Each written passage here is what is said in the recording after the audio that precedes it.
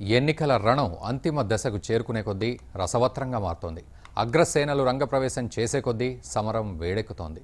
తూటాల్లాంటి మాటలతో విమర్శల దాడులే అస్త్రశస్త్రాలుగా, ప్రణాళికలే యుద్ధ తంత్రాలుగా కథన రంగంలోకి దిగి ప్రచార హోరు పెంచుతున్నారు. గులాబీ దళాధిపతి ఇప్పటికే ఎన్నికల రణభూమిలో కారుతో చెలరేగిపోతుంటే ప్రజా కూటమి దండుగా దండెత్తుతోంది. ఈ రెండు సైన్యాల మధ్య కాషాయ కరసేన చీకట్లను చీల్చుకుంటూ వెలుగులు విరాజిల్లుతోంది.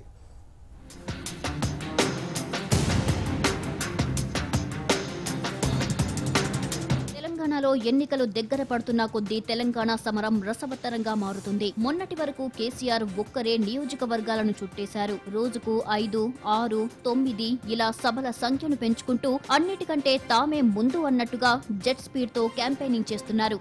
ఇప్పుడు మహాకూటమితో పాటు బీజేపీ జాతీయ స్థాయి లీడర్లు, కీలక నేతలంతా ప్రచార పర్వంలోకి ప్రవేశిస్తూ పోల్ వార్ ను పీక్ స్టేజ్ కి తీసుకెళ్తున్నారు. కూటమి సీట్ల సర్దుబాట్లు, అభ్యర్థుల వడపోతతో ప్రచారాన్ని ఎడతెగని ఆలస్యం చేసిన మహాకూటమి సోనియా సభతో ఒక్కసారిగా దూసుకెళ్లే ప్రయత్నం చేసింది. ఈ నెల 23న మేడ్చల్ సభతో మహాకూటమికి ఊపొచ్చిందని భావిస్తుంది. అన్ని పార్టీలు సభలతో హోరెత్తిస్తుంటే ఒంటరిగా పోటీ చేస్తున్న కమలం మాత్రం నిజంగా ఒంటరైనట్టు అనిపించింది. ఈ సమయంలో బీజేపీ స్టార్ క్యాంపెయినర్ స్వామి పరిపూర్ణానంద విస్తృతంగా నియోజకవర్గాల్లో ప్రచారం నిర్వహించడంతో సీన్ మారిపోయింది. కమల దళంలో నూతనోత్తేజం వచ్చింది. అటు స్వామీజీ ప్రచారం వినూత్న పంథాలో కొనసాగడంతో ప్రజల్లో చైతన్యం వచ్చింది.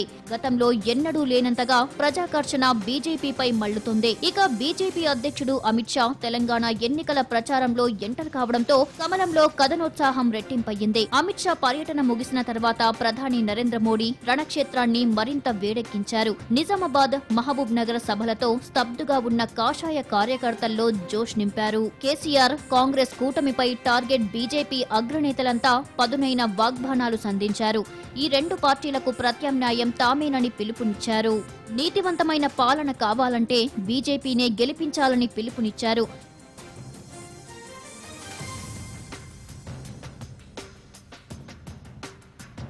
మరోవైపు గులాబీ దళం ఒకవైపు ప్రచార వేగంతో అన్ని నియోజకవర్గాలను 1-2 సార్లు చుట్టేస్తుంది.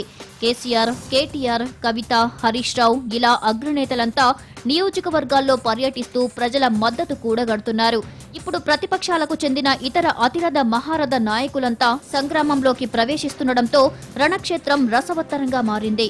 చివరి ఘడియల్లో పోటాపోటీగా ప్రచారం చేస్తూ ఓటర్లను తమ వైపు తిప్పుకునేందుకు సర్వశక్తులు ఒడ్డుతున్నాయి ప్రధాన పార్టీలు.